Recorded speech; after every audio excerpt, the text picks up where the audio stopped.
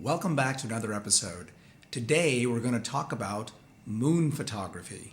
There is a full moon coming up on December 26th, so I thought I'd put together this little video to show you guys how to shoot the moon.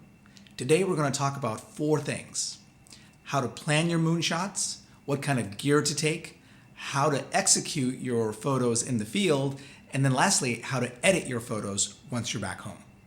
Here we go.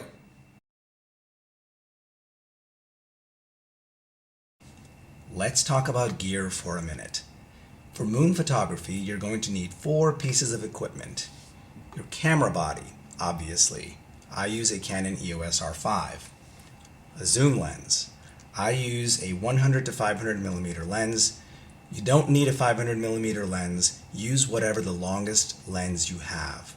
Whether that's a 24 to 105, a 20 to 70, a 20 to 80, whatever your longest lens is.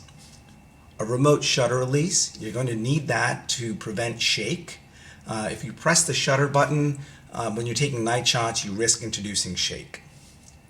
Use a remote shutter release. Finally, a tripod. Again, for night shots, you want the rock solid stability of a tripod. You will not be able to hand hold when you're taking night shots with longer shutter speeds. Finally, an optional piece of equipment, a teleconverter, which I use with my 100 to 500 millimeter lens. That is a 2x teleconverter, which effectively doubles my 500 millimeters to a 1000 millimeter effective focal length. Not necessary. It's an optional piece of equipment. Really, for moon photography, you really just need the four that I talked about here.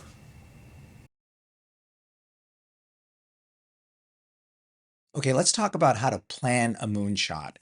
The two apps that I use, actually I use three apps. The first one, Google Maps. I highly encourage all of you to go through Google Maps as you're, looking for different subject matter for your compositions.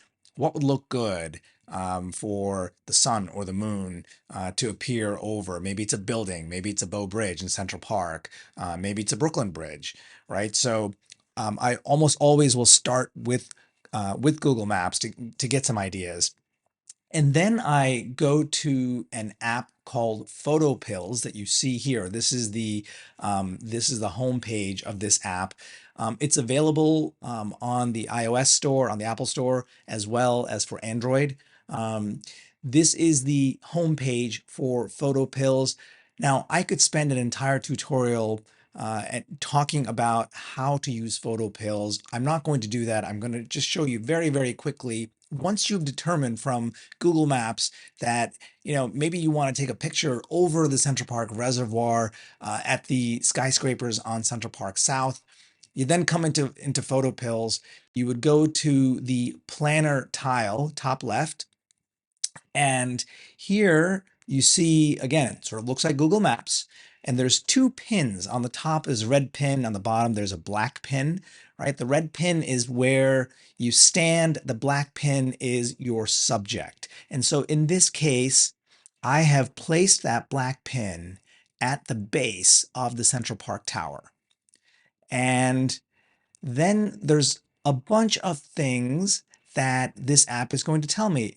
What it's saying is, all right, if that's my subject at the black pin and I'm standing where the red pin is, across the top of this screen, it is telling me, it knows I'm shooting with a Canon EOS R5. I've put in that, all right, look, I'm going to shoot with a 100 millimeter lens. It's telling me that I'm about 1.9 miles pin to pin. I'm shooting in a portrait mode, and my direction of shot is 216 degrees, so southwest.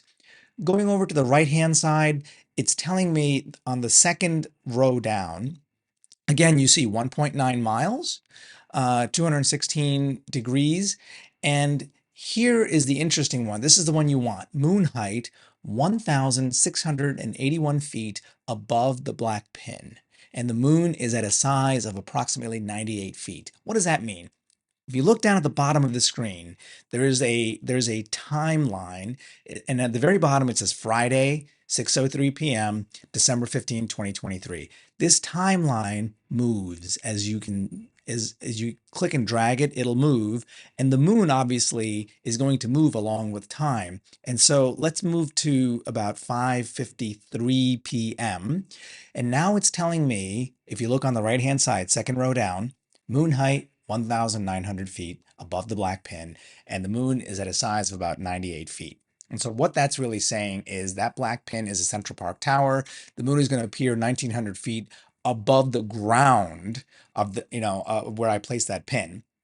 That tower is 1,450 feet high. So this is going to be about 500 feet up. It's going to appear to be about 500 feet above that skyscraper with an apparent size of 98 feet. Meaning, if there is an object on the ground that is about 100 feet wide, the moon is going to look as wide as that object. And now where you place the red pin, where you stand, is going to affect all of that information. So you move the red pin around and you say, what if I stand here? What if I stand here? What if I stand here?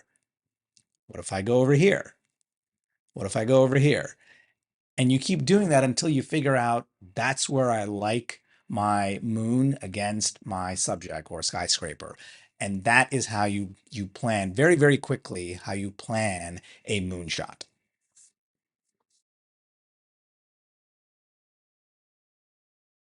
Okay, let's take a look at the photos that I captured from north of the reservoir in Central Park. So if you remember from the beginning of this video, I talked about photo pills and how to plan the shot. Remember that I was planning to shoot the skyscrapers along Central Park South from a location somewhere north of the reservoir. And I had a bunch of different places I was looking at. And so here you can see a number of shots that I've taken. Let me zoom in here so you can take a look. So here's a shot of, 4 of the skyscrapers. And on the right-hand side, you notice that I was just a little over 100 millimeters, 106 to be exact. I shot this at f11, ISO 100, 4 seconds. If you look down at the bottom, you can see that the water is sort of creamy, blurry because of that 4-second shutter speed, but still very, very dark, right? There's lots of shadows here in the foliage, the buildings themselves, detail is lost in the buildings, right? So the goal here is in the field, I didn't just take this one shot. I took a series of shots. So I started with this one, a little dark. You know what? I'm going to take another one. Wow, this is really bright. The sky is overexposed, but I can see details in the ground. I can see details on the buildings, in the water, and so on. But the sky is overexposed. I don't care, right? Because I've taken one shot here where I can see beautiful color and the gradient in the sky, and now I've got this one where I have detail on the ground and so on, where I keep adjusting either the ISO or the shutter speed. So here you notice on this one, ISO 400, 4 seconds. I have not changed my aperture. My aperture stays at f11. That is important for me. I shoot moonshots at f11. In fact, I shoot almost all my landscape shots at f11. It's just a personal preference that I have. But I'm varying the ISO, I'm varying the exposure time to bring out details in the shot, and then I'll blend all of these later in Photoshop. I'll talk about that in the next section. But you're probably wondering, as you're looking at all of this, where is the moon? Right? Very important piece. Where is the moon? Well, the moon has not entered the frame yet, and that is okay. I am taking a number of shots to get my foreground, meaning the buildings, the foliage, and the water, before the moon comes into the scene. So these are all essentially blue hour shots, right? The sun has set, but the moon has not quite caught up into the frame yet. Perfect. So now I have these shots that I can play with and blend to get a nice high dynamic range shot where I have good detail in the sky and good detail on the ground. I'll show you how to do that next. But then it's a matter of sitting and waiting for the moon. And as you wait and wait, aha, here comes the moon. So now you see the moon. And if you recall from the Photo Pills app that I showed you before, the moon was going to sort of just be a little over about 1,800 feet or so, if you remember. and the Central Park Tower is about 1450. So you notice here the moon is just above that tower. And you're probably saying, wait a second, I can see the moon, but very, very hard to see the tower, the towers here. And that's true. And that is because if you come over here, you'll notice still at f11, 106 millimeter focal length, that hasn't changed. ISO 400 hasn't changed. But look at my shutter speed, 1/4 of a second, exposure time, 1/4 of a second, right? And the reason I did that is because before, where I was shooting at 4 seconds to bring out details in the ground, if I shot the moon at 4 seconds, two things would happen. Number one, I would blur the moon because the moon is moving. And so a 4-second exposure time for the moon would show a blur. Number two, the more important thing is at 4 seconds, the moon would be completely blown out. You would not see any detail in the moon. And so moon rise and moon set, as the moon is coming closer to the horizon, I will start dialing my exposure down to about approximately 1/4 of a second, give or take. That's a good starting point. And then I'll decide, I'll look at that picture and say, it still looks a little too bright. Like in this case, let's zoom in. Still a little bright, right? A lot brighter than I would like to be. I can't see details in the craters and so on. So 1/4 of a second, still too much. So let's take another photo. And so here you notice some planes and helicopters or so in the sky. We'll edit those out later. But now here I took another shot at this looks like it was 3/5 of a second, and I'm playing now. I'm going brighter and brighter. You can see now I've got a bit of the moon halo where you can see the side of the moon that's not illuminated by the sun, right? I'm playing with various exposure speeds to find the one that gets me exactly or close to where I want this to be. And where that ended up being in this particular case was approximately 1/30th of a second, because the moon was still relatively high in the sky, meaning it was fairly bright. And so in order to get the moon to the right exposure as I saw it with my own eyes, I had to bring the shutter down to about 1/30th of a second. So now I've got a bunch of photos. I've got the moon at 1/30th of a second, and I've got all of these landscape shots, foreground shots, that I'm now going to blend in the post-processing part of the process.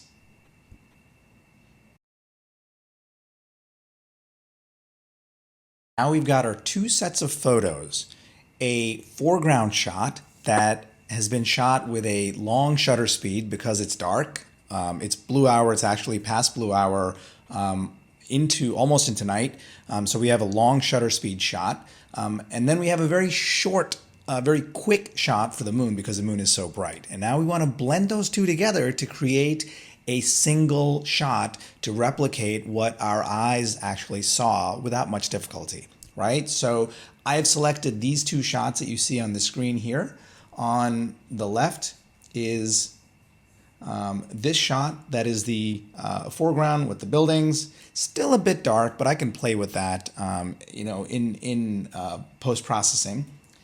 And then here's the moon shot where the buildings are almost completely black, but the moon is better exposed.